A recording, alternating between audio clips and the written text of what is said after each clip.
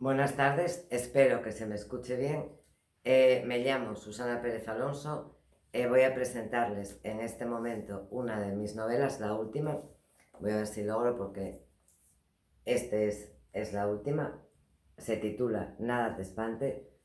Tengo aquí un libro de notas. Yo no suelo hacer notas, pero si no las hago me lío demasiado.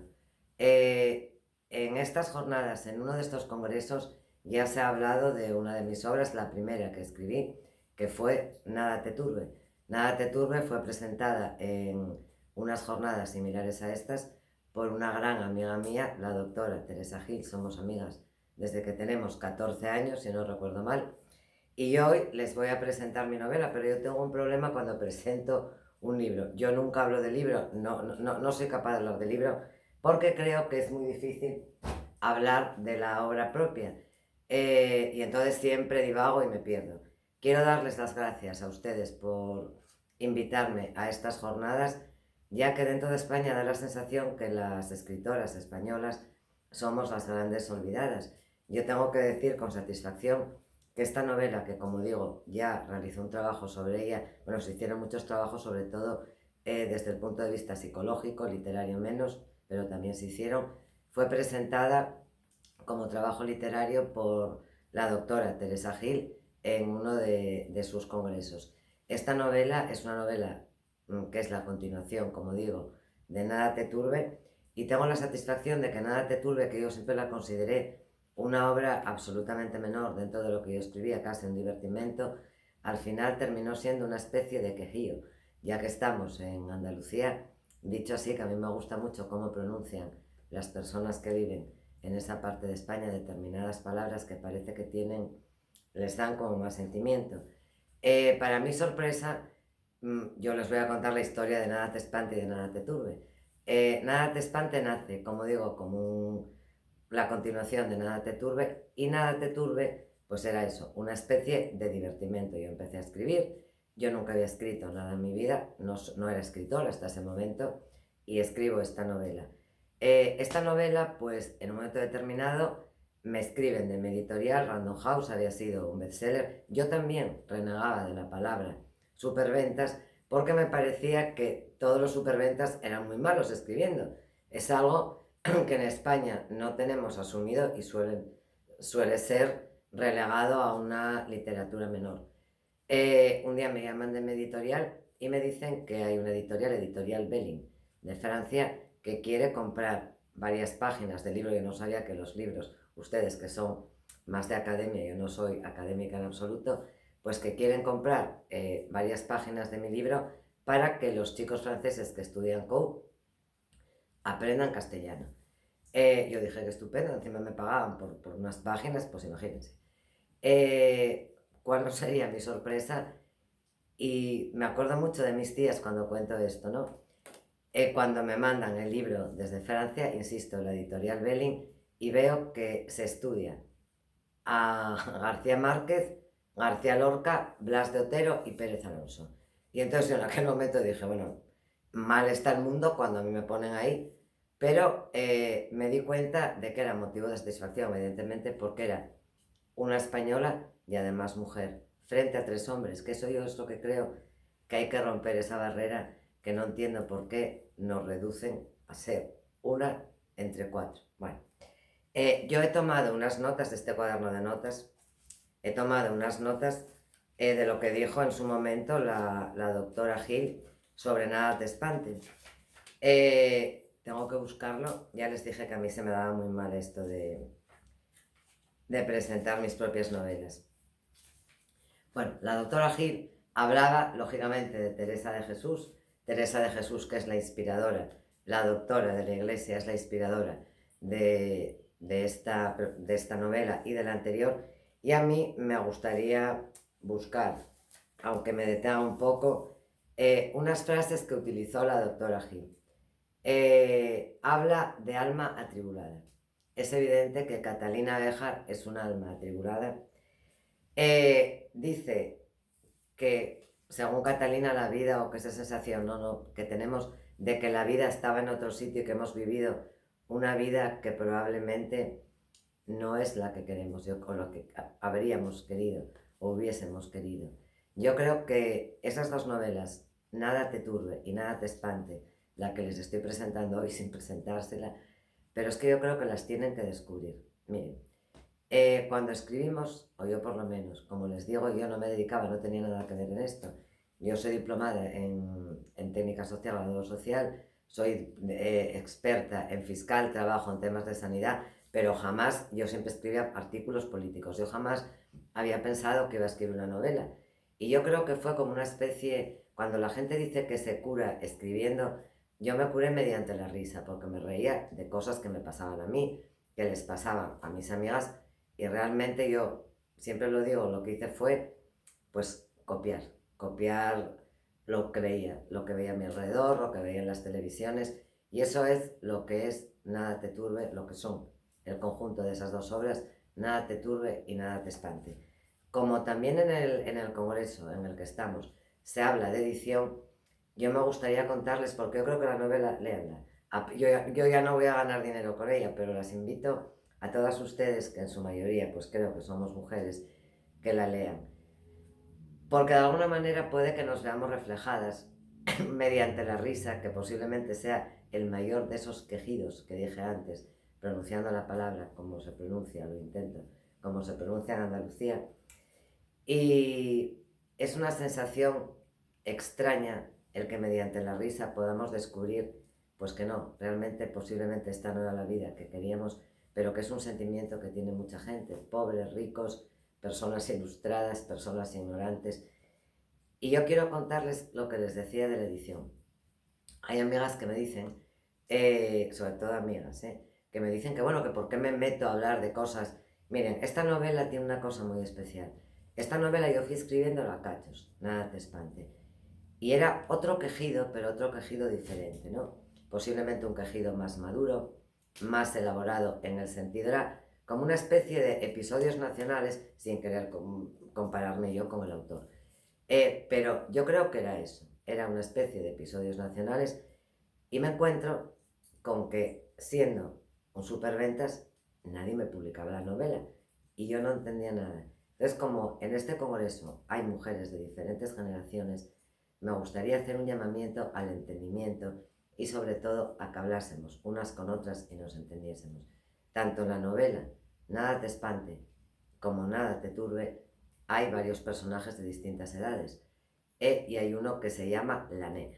La Nena es la hija de Catalina Bejar de Prado, que es la protagonista, y ahí es cuando se ve, cuando se enfrentan los dos mundos que posiblemente esté pasando ahora en este momento histórico. Y desoyendo el consejo de mis amigas, yo les voy a contar, que creo que es lo más interesante de la novela, más que yo les cuente, porque todo el mundo sufre mucho al escribir, yo no sufro. Yo sufro porque estoy enferma, tengo una enfermedad que no tiene curación ni tratamiento, y que además, bueno, pues es prevalente en las mujeres. Entonces yo sufro por esas cosas, y siempre digo que más sufre un picador en la mina o un pescador cuando van a pescar y después les pagamos tan mal su pescado, o cualquier otro oficio, que el oficio de escribir, que yo creo que es absolutamente una maravilla. Como les digo, yo sufro por otras cosas, no por esto. Pero cuando termino de escribir siempre hay un motivo de sufrimiento. En este caso fue que yo presento la novela y, como les digo, nadie me la quería publicar. Entonces, bueno, lo primero que me dijeron es que no era una novela. Yo quedé consternada, respondí que bueno, que era una novela, que entonces que era el Ulises, porque también en este congreso hablamos de edición y de editores. Y me siguieron diciendo que no era una novela. Yo volví a responder que, como bien decía el profesor Alarcos Llorac, una novela era un tomate. Es decir, una novela, yo entiendo que es un género que da para mucho. Y seguían diciéndome que no era una novela. Entonces acudí a distintas editoriales y al final decidí la autoedición. Bueno, acudo a la autoedición, pero hay una cosa que sí me gustaría contarles a ustedes concretamente. A mí la novela, cuando digo que si me la editan distintos, ya fui bajando de escalones en las editoriales, pues a mí se me llega a decir que sí, que es una novela, que es una muy buena novela, que refleja una realidad de un determinado tipo de mujeres, pero la editora no estaba de acuerdo con lo que yo, parece ser, que yo destilo, entiendan ustedes, determinada ideología en la novela. Pues supongo que todo el mundo tiene derecho al pensamiento propio. Entonces se me dice que no se medita la novela, pero que sí me pueden hacer la autoedición. Esta contradicción, porque yo respeto mucho a las personas que tienen un convencimiento, a los editores, a cualquier persona, en este momento hablando de novela y de editores, y eso es de lo que va esta novela, de lo que les estoy hablando ahora, ¿no? Sin contarles la novela ni situaciones concretas. Esta novela va de la incongruencia, de la falta de coherencia que existe en esta sociedad a día de hoy, al menos a mi entender. Porque lo curioso es que por cuestión ideológica, por no estar de acuerdo con los postulados que yo planteo, que yo les puedo decir que no tengo ni idea de que yo planteé, no sé yo que yo planteaba postulados. Yo pienso de una manera y lógicamente lo reflejo en los personajes, en algunos de ellos. Pero sin embargo, por 3.000 euros sí me publicaba la novela.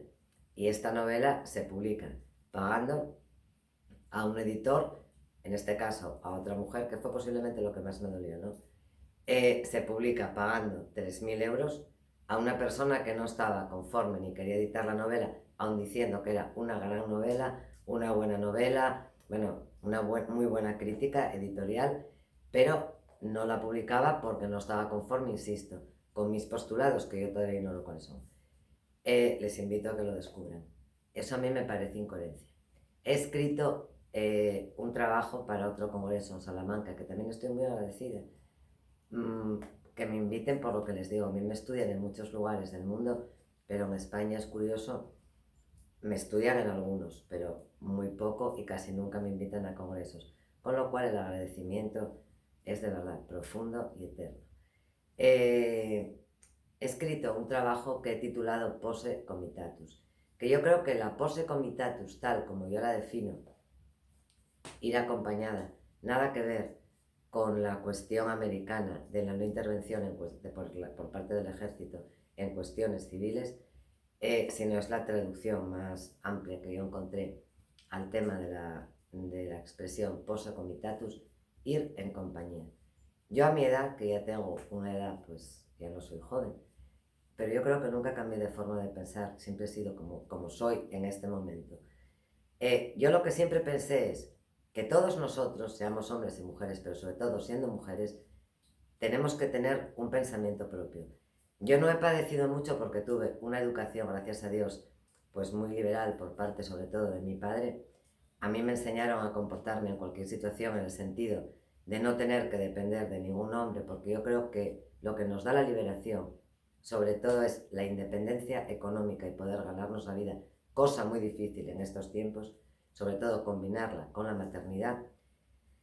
Pues en mi época, cuando yo era muy joven, ahora todavía me encuentro una persona joven, cuando yo era muy joven, parecía que determinadas mujeres, o casi todas las mujeres, solamente podíamos hacer algo si íbamos acompañadas de hombres. Y en este momento da la sensación de que tenemos que pertenecer a una tribu, a un rebaño, yo lo llamo rebaño, y esto sé que puede no parecer bien a algunas personas, pero creo que es necesario dejar claro el postulado de cada una, que debe de ser verdad que yo tengo postulados, según decía esta persona que después me cobró por editar cuando no quería editar, insisto, tiene mucho también que ver con el Congreso.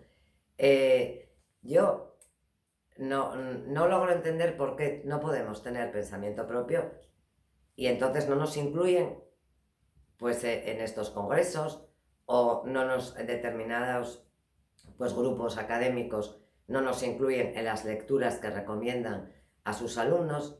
Eso es algo que yo, como persona, no solamente como escritora, no entenderé jamás, porque yo siempre he tenido amigos, he tenido amigas, he tenido de todo, pero yo he seguido siendo Susana. Y eso creo que es lo que se cuenta en esa novela. En Nada te espante, te la voy a volver a coger, me disculpan. En esta novela, y en la que ante ustedes presentó la doctora Teresa Gil, como digo, amiga mía, en esta novela es de lo que se habla, de la libertad individual que yo encuentro más necesaria cada día. Libertad individual el diálogo, la comprensión, el ayudarnos unas a otras, pero no a cambio de... Y ahora sí que hablo, yo siempre digo que esto del feminismo actual a mí me resulta un tanto lejano, pero esto que acabo de decir, que yo no he preparado nada, yo enciendo el teléfono y digo esto, espero que me perdonen si no están conformes con lo que digo, bueno, por eso no me perdonen, no están conformes ustedes, discrepen, pero si no lo he presentado bien. Pero creo que, como dije al principio, vale más hablar de lo que uno siente, que es lo que al final reflejan los libros, que, como dice un poema y un cuadro que tengo ahí colgado, de la vida en los libros ceniza. En estos libros, en Nada te espante, hay mucha vida y por supuesto hay mucha ceniza. Y como les decía, el pensamiento propio para mí es fundamental, y si eso es un postulado, ese es el postulado de prácticamente toda mi obra. Creo que lo he dicho al principio, me llamo, esto va a sonar a Íñigo Montoya, princesa prometida, pero no es así. Me llamo Susana Pérez Alonso, empecé a escribir cuando tenía 39 años, lo cual significa que nunca es tarde. Fui varias veces superventas, soy finalista de la Sonrisa Vertical, lo que demuestra que las mujeres también podemos, y algún día me gustaría participar en un congreso sobre erotismo, porque sí me gustaría decirles algo, queridas señoras que van a ver esto. Cuando yo fui finalista de La Sonrisa Vertical y Mandarina, mi novela, se publica, a mí los hombres empezaron a mirarme de otra manera que me molestó bastante, pero bueno, que como soy bastante cortante y fría, no tuvo mayores consecuencias, pero aquí también se habla de esto. De nuevo, muchísimas gracias, y quiero que sepan una cosa, esto se celebra en Sevilla, a mí me encantaría estar en Sevilla, y yo desde niña, yo soy disléxica, y aunque la doctora Gil diga que me expreso perfectamente, y cómo dices eso, yo de pequeña solo faltó a mi padre meterme piedras en la boca, y gracias a mis tías yo pronuncio relativamente bien el castellano, pero hay una frase que nunca se me olvidará. A mí me enseñaron, como Elisa Doolittle, a pronunciar la L con esa frase tan famosa de la lluvia en Sevilla es una pura maravilla. Ojalá algún día pueda estar con ustedes en Sevilla, que es una ciudad a la que adoro y la que adoraré eternamente. Muchísimas gracias.